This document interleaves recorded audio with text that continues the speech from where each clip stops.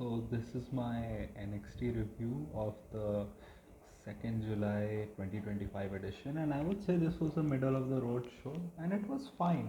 One thing that I would say that there is no match there that I can recommend to someone who didn't watch the episode and be like, you should go and really check this out. Like every match, no match was bad, but I don't think any match reached to that crescendo where you're like, you need to watch this. And if you've read the title, that means Blake Monroe has returned and she is teaming up with Jordan Grace against Henley and JC Jane at the Great American Bash. One thing is, what is her name? The third member, Jessamine Duke or whatever. Like they have protected her a lot. Like they know that probably she's not the best in the ring, so she really does distractions for them. Or even if she's in a match, she's like the in a tag match or like a six woman tag, but they really protect her. Like they could have easily had Henley and the third woman face Jordan and Jordan and Blake Monroe. That would have made I think probably more sense, because JC would be like, why would I waste you know face my time facing you? Like I have a match against you the next night, and a lot of things were set up for the bash. I think Blake probably got the loudest pop probably, but maybe that was because the children were screeching when she came out, you know, all in her glamorous style. Then posed with Jordan after like she had the guns and she was like touching it and like yeah and everything, because starting when Jordan came out, she had like a My Rise 2K style promo. She's not really that good on the mic, and you can see that. But the crowd was receptive to her. But the thing is, man, her theme is so bad that the crowd genuinely, just because the theme is bad, they don't react to when she comes out. When she starts giving her promo, like then it's fine. Like her promo just was that that she never believed that she could be a WWE superstar, and now that she doesn't really know that if she belongs or not, but she's going to prove to JC this, and she's going to prove to herself that at Evolution that she belongs to be here when she becomes the NXT Women's Champion. JC Jane came out. She had all those internet references that people say that I'm the most beatable champion, but I'm gonna show everyone that I'm not by beating you, and that uh, you're just like Blake Monroe, that you think that we should just bow down to your feet when you show up here.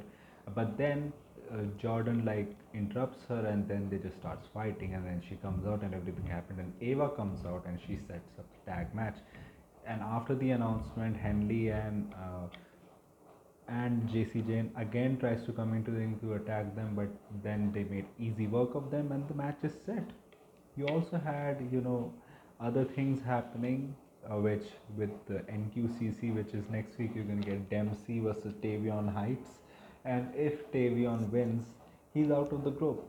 The thing is, I get this feud, like what is happening, but why is Ren Sinclair not clamoring for this group to stay? Like she says in one line that I'm glad that you lost, but in the other she's just fine with it that they are having this match, because what is the group then if Tavion Heights leave? It's just you and Dempsey.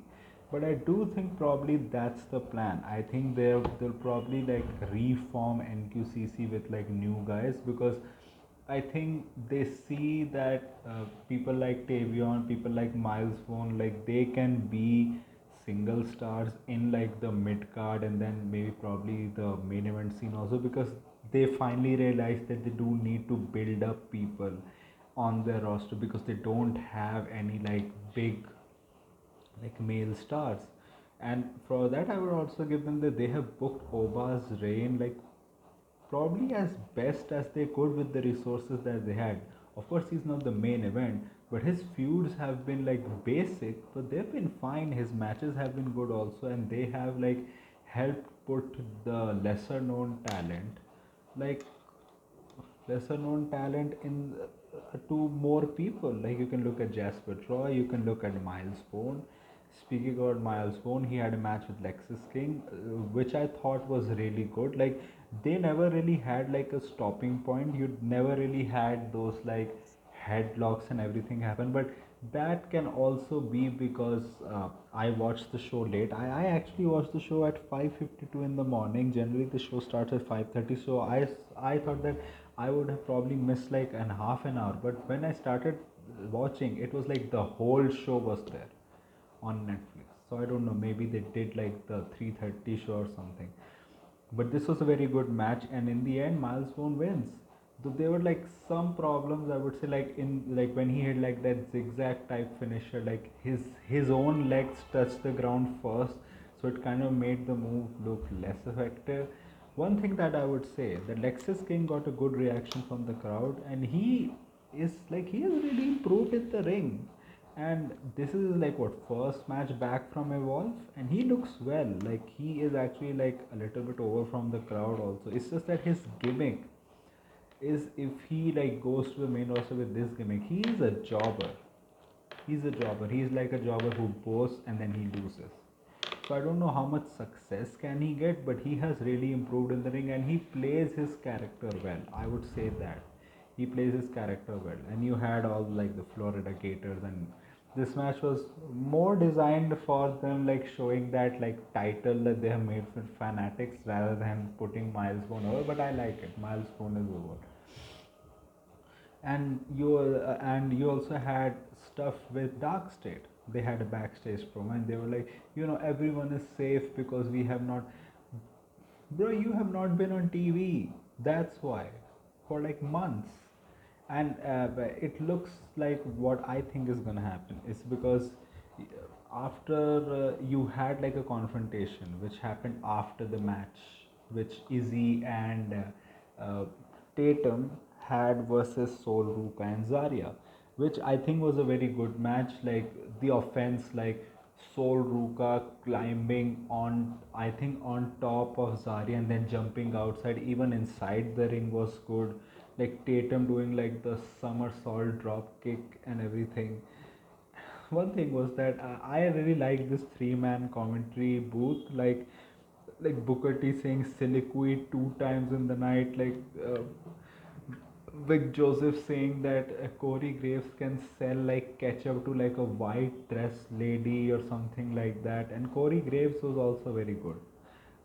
Like I like their dynamic. I like it. Sometimes it kind of like takes away from the match because Booker T sometimes like amps himself up too much, like maybe goes a little bit too funny, and then they have those banters.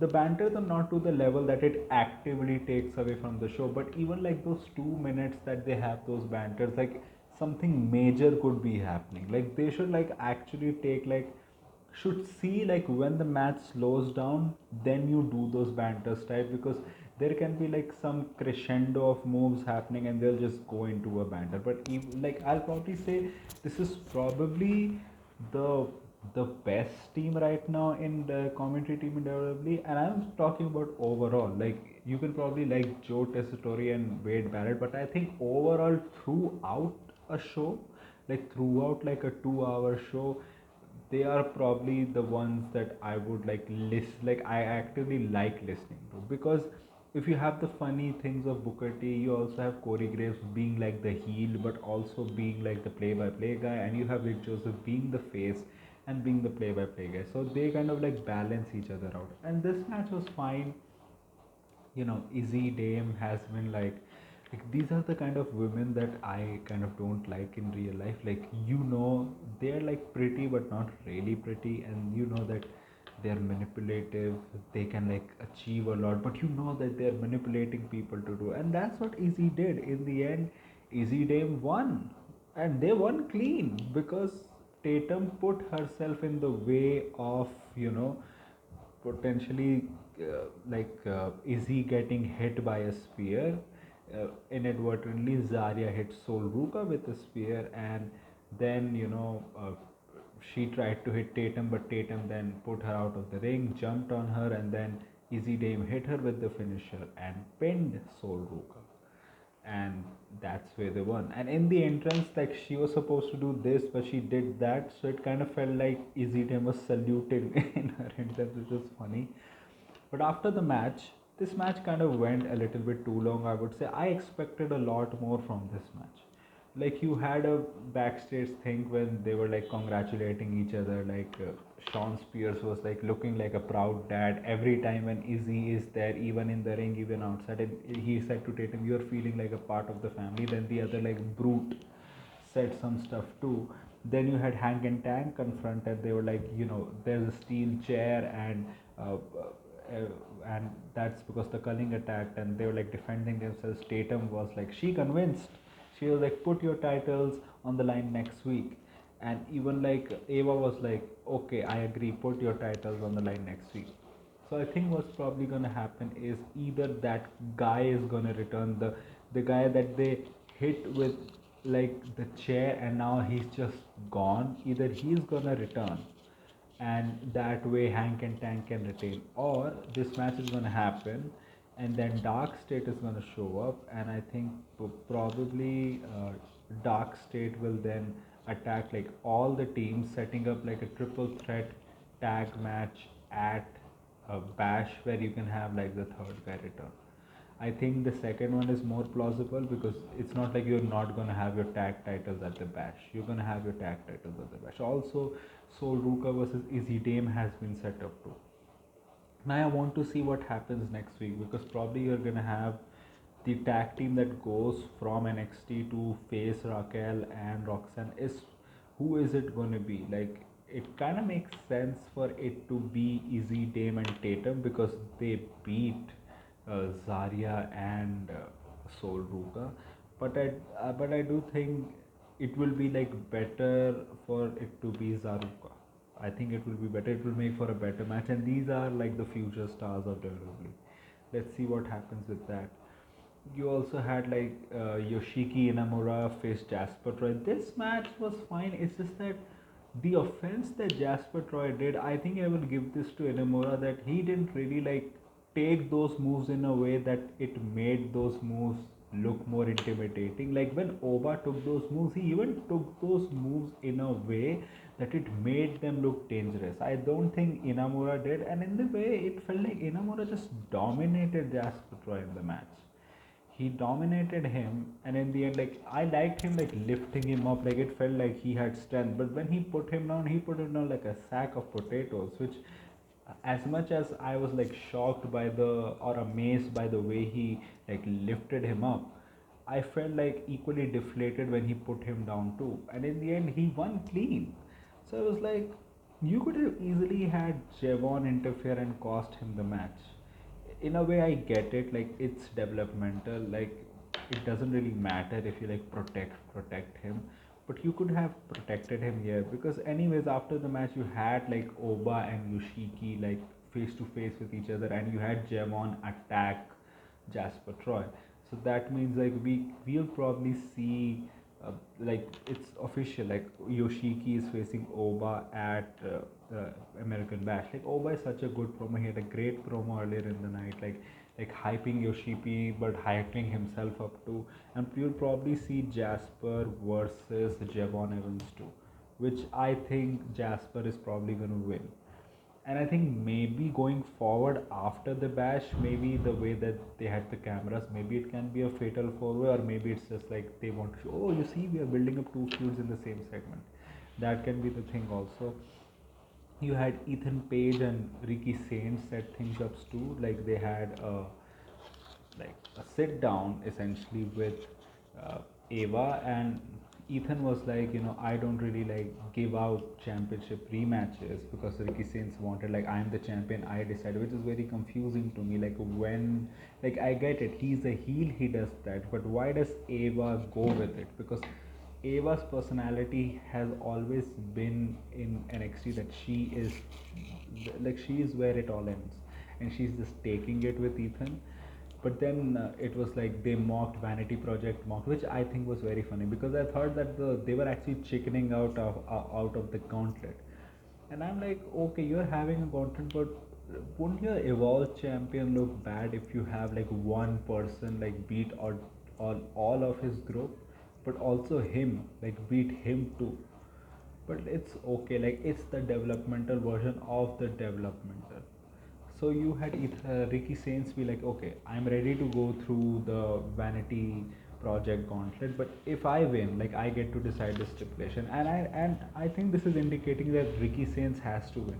Like only way Ricky Saints loses if some other heel interferes, because this if he loses, this just makes him look stupid, because uh, Ricky Saints lost his title because of cheating. He then got his throat crushed. He and then he has to go through like a gauntlet. He then decides the stipulation, and then just for him to lose, this would make him look like a loser. And I do think that kind of indicates that if Ricky Saints wins, it means that probably Ethan Page is going to the main roster and probably into that Seth Rollins faction, which I'll be really glad for him. I just hope that they give him the chance that they gave him in NXT. Like he can be easily an upper mid card heel. I can see him probably be a world champion, because you have two world championships. Like he has that talent. Be it in the ring, be it on the mic, be it outside. He's a very simple character. You can book him really well. And another thing, like this is probably setting up for, and also they're not gonna have Ricky Saints lose in a show which is there to go up against AEW's All In, because All Out, because you know Ricky Saints kind of represents that. So you're gonna have that. That is also getting set up for Great American Bash.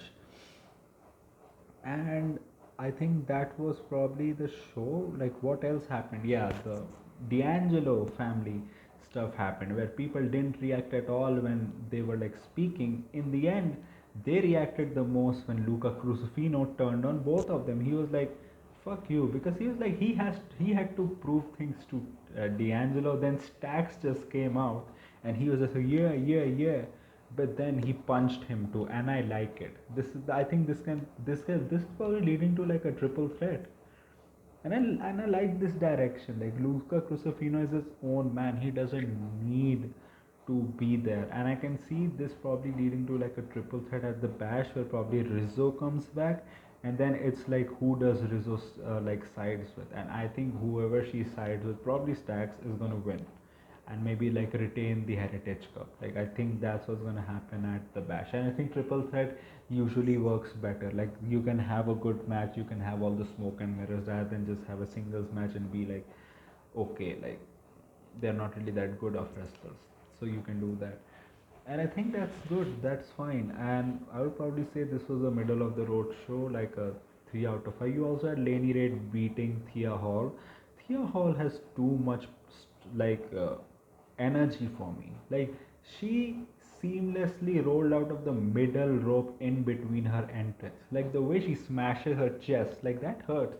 And she didn't even intend to do that. And I think this match was fine, especially like the like the neck breaker thing that she gave to Thea Hall. And in the end, Laney Reid won. And Booker T, like he should be glad that he's Booker T, because he was calling her strong and gigantic or something to Laney Reid, and Vic Joseph was like you have to explain that to social media later on. And Laney Reid is not even fat. Like she's like maybe a little bit like she's not skinny, but she's not fat. Like she got a big ass and everything, but yeah, she's fine. And in the end, Laney Reid won, and like, of course, like Thea Hall had her hand under the ropes. Like when you have like your hand under the ropes, that means that it's a rope break technically. And she also like used the rope to pin Thea Hall. It's just that it kind of doesn't make sense, because you using that rope like doesn't really add to the pin, because you're doing a normal pin. You went for like the rope pin earlier, which it will actually like help you, but this last one didn't really help you. But Thia's hand were under and she beat her. And I think they've done a good job with these LFG guys. Like give like Lady Reed immediately faced JC Jane for the title. They had a fine match, but then now she's in a feud with Thea Hall. I think probably in later you'll probably get Jada also involved in here too. So let's see what happens. Overall, a fine show, middle of the road show, 2.5, 3 out of 5 show, not bad at all. And one thing is that things have been set up for Big Bash and Evolution also. So let's give NXT props for that. They've done a better job than the main roster for the Evolution build-up. Bash, not so much, but I do think next week is probably going to be a better show. Like you're gonna have, Joe Hendry won his match against uh, Wesley. Like it was an enhancement match, and next week it's set up Joe Hendry and Mike Santana are gonna face High Rise, and also like I really like Trick on commentary. Like the crowd was very hot for Joe Hendry. And in the end, they popped huge for Mike Santana, and I'm glad NXT is doing a good job for building up Slammiversary because you're having a contract signing at Slammiversary for the bash for the Slammiversary TNA title match. And this is why when people say that this NXT TNA partnership is one-sided, and if you lay out the fact, it's not. Like their mid to upper tier NXT talent have gone there and they have lost matches. Ethan Page went there, he lost. Fatal Influence went there, they lost. Only like Trick has won. You can say that when they like face on NXT shows, like NXT guys win, but I think that much disparity is fine because NXT is bigger than TNA, and I think that much disparity is fine according to me. Like Fraxium had a match with Hardys on NXT television and they lost. So they're doing a good job. They don't need to. They're doing a good job on building up Slammiversary. And you had like a backstage segment also where essentially, they both kind of like were like, we are not really friends, but we have to like fight, alongside each other next week. That's what's gonna happen. The interview was kind of weird. Like she had to look like directly into the camera, but she was like looking down, so it felt like she was on drugs. But overall, a fine show. What did you think about the show? Tell me in the comments. If you like this if you like my review, tell me in the comments what did you like, what did you not like, and that was it for me for right now. So like, share, and subscribe this video. Share it with those. Like, share, and subscribe this video if you like this type of content. If you don't, then share it with those who do. My social media accounts, which are my Instagram accounts and my Twitter/X account, are in the description below, so go follow me on that. My UPI ID link, which is Shabboy, that OKICICI, is in the description also, so go donate any amount of money which you can, which can help me make YouTube a permanent career option. So that was it for me for right now. So thank you, goodbye, Alvida.